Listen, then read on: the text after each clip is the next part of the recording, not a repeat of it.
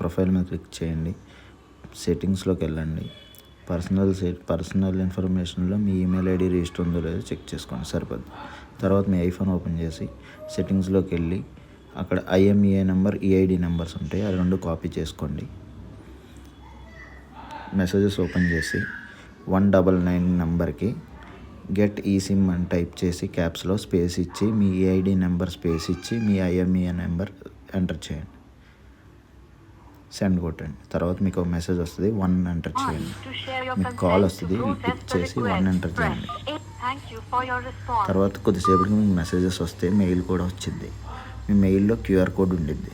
తర్వాత మీ ఐఫోన్ ఒక 2 అవర్స్ తర్వాత మీ ఐఫోన్ ఓపెన్ చేసి మొబైల్ ఇన్ఫర్మేషన్లో, మొబైల్ డేటాలో